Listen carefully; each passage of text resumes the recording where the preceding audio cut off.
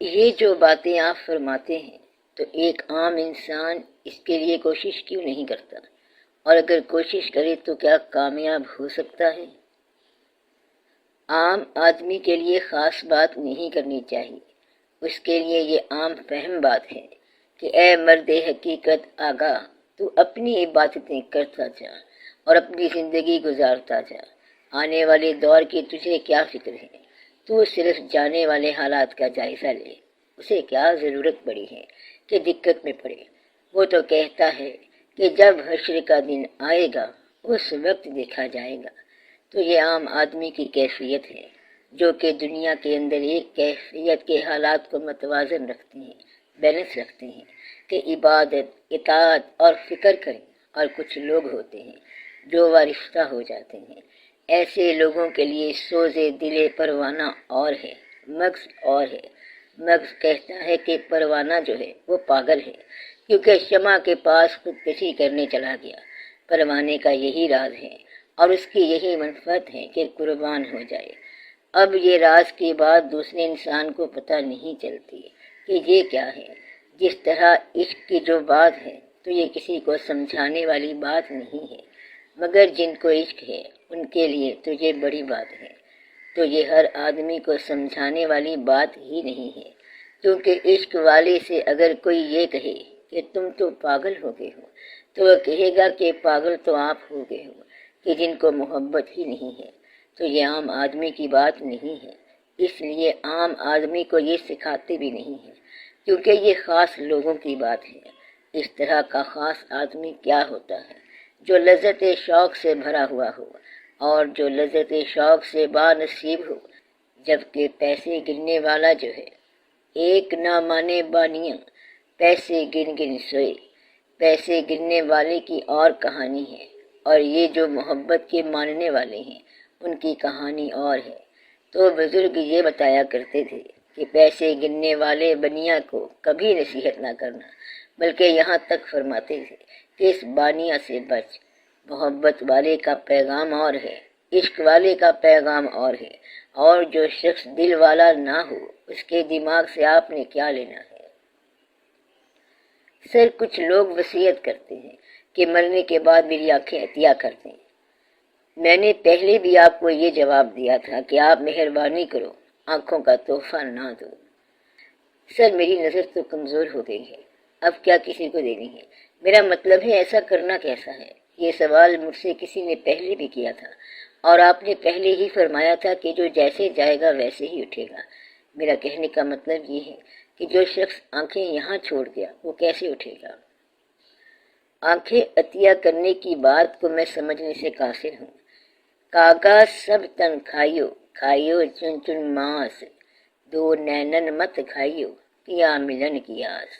ہم نے یہی سوچا ہے کہ سب کچھ اللہ کی راہ میں قربانی کر دیں، لیکن آنکھیں نہیں دینی ہیں کیونکہ اس کے ساتھ 1000 قسم کے واقعات ہیں۔ چلو ایک دے دو کسی کو، کیونکہ آپ بہت بڑے مخلصین ہو۔ لوگ جو مرضی کرتے جائیں، اس سے کچھ نہیں ہوتا۔ لوگوں کی بات لوگوں تک اور اپنی بات اپنی تک۔ جس کی کوئی محبت ہو یا محبت نامہ ہو وہ آنکھ دینے سے بچے۔ آنکھ دینی ہے تو محبوب ہی کو دے دو۔ سر میرا سوال یہ ہے کہ جب اسے دوبارہ اٹھایا جائے گا تو کیا وہ بغیر آنکھوں کے اٹھے گا؟ جب اٹھایا جائے گا تو جس کو آپ نے آنکھ کی یہاں ٹرانسپلانٹیشن کر دی وہ اس آنکھ کے ساتھ اٹھے گا، یا وہ آنکھ بیک ٹو دا پیویلین چلی جائے گی؟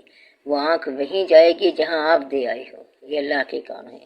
جس کو آنکھوں والا بنایا اس کو آنکھوں والا رہنے دو، اور جس کو بغیر آنکھوں والا بنایا اس کو بغیر آنکھوں والا رہنے دو۔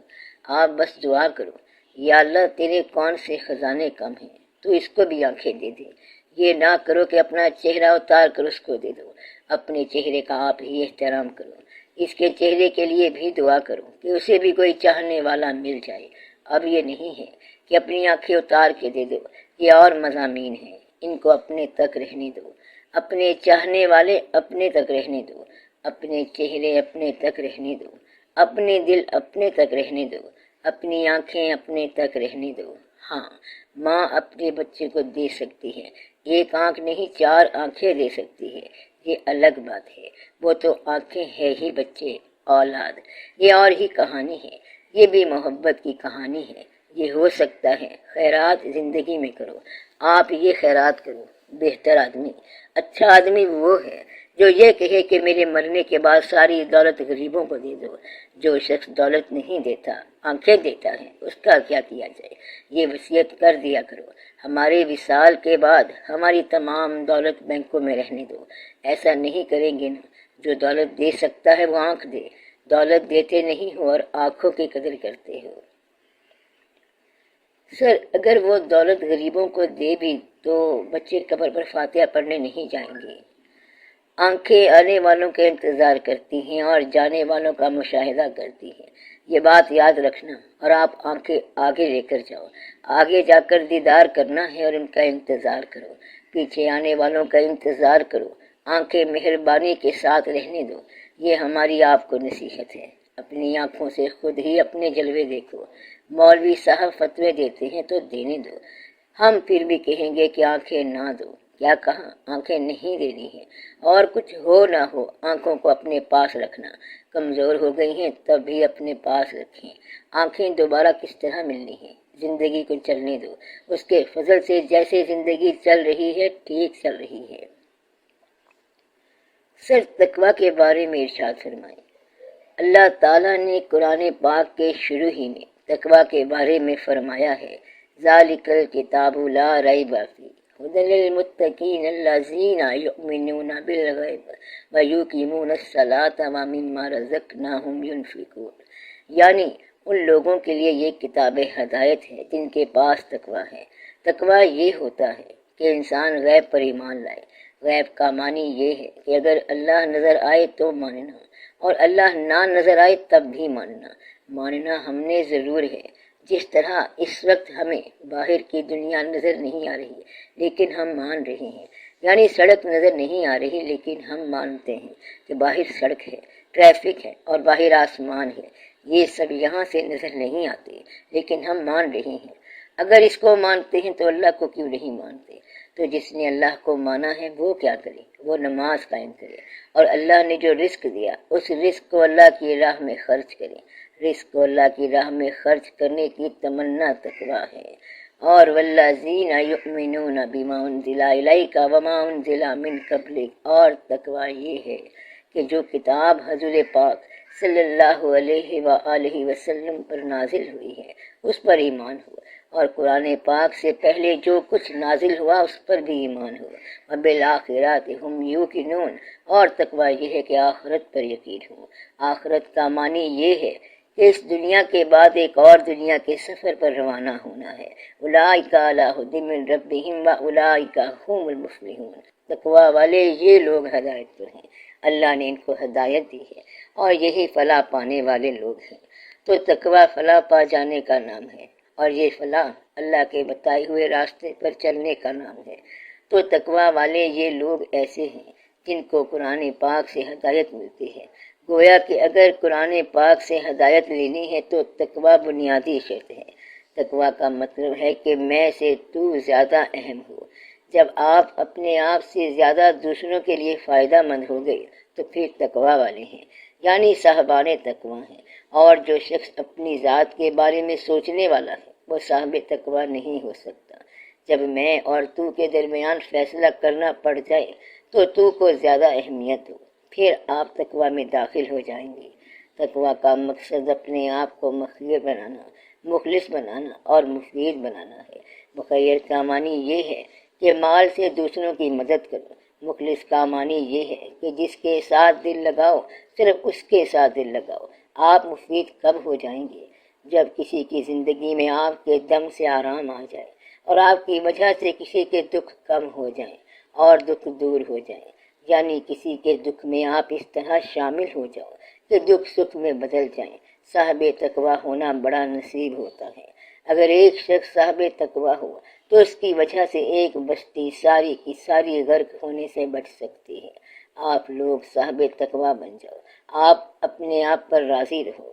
اگر اپنی اولاد کے لیے آپ نے دعا کرنی ہو تو اپنے ماں باپ کے پاس جا کر دعا کیا کرو، چاہے وہ وصال پا گئے ہوں، یعنی اگر وہ زندہ ہوں تو ان کو شامل کر کے اپنی اولاد کے حق میں دعا کراؤ، اور اگر وہ وصال پا گئے تو ان کے مزاروں پر جا کر اپنی اولاد کے لیے دعا کرو، یہ ضروری ہے۔ اپنی اولاد کے لیے دعا کرنا بہت مستحسن ہے۔ تہجد میں اپنی اولاد کے لیے دعا کرو، اور آنے والی اولاد کے لیے، آ چکنے والی اولاد کے لیے، اور روحانی اولاد کے لیے آپ دعا کیا کرو۔ تو دعا کرنا جو ہے بہت مستحسن ہے۔ دعا میں یہ طاقت ہے کہ آپ اولاد کو تعلیم کی بجائے دعا کے ذریعے بچا سکتے ہو۔ آپ اولاد کو دعا دو، دعا کے دم سے حالات آسان ہو جائیں گے، اور اولاد کا فرض ہے کہ وہ اپنے ماں باپ کو اپنے عمل سے کسی طور پر بھی آزمائش میں نہ ڈالے۔ اس طرح آپ کی اولاد کی ڈیوٹی بھی پوری ہو گئی، اور والدین کی ڈیوٹی بھی پوری ہو گئی۔ آج کے بعد آپ اللہ کو محبت سے دیکھو اور اسے دریافت کرو۔ آپ کی یہ زندگی ساری آپ کے لیے مفید ہو جائے گی۔ جلد ہی آپ کے لیے واقعات بہتر ہونا شروع ہو جائیں گے۔ اللہ آپ کو اپنی زندگی پر راضی رہنے کی توفیق عطا فرمائے۔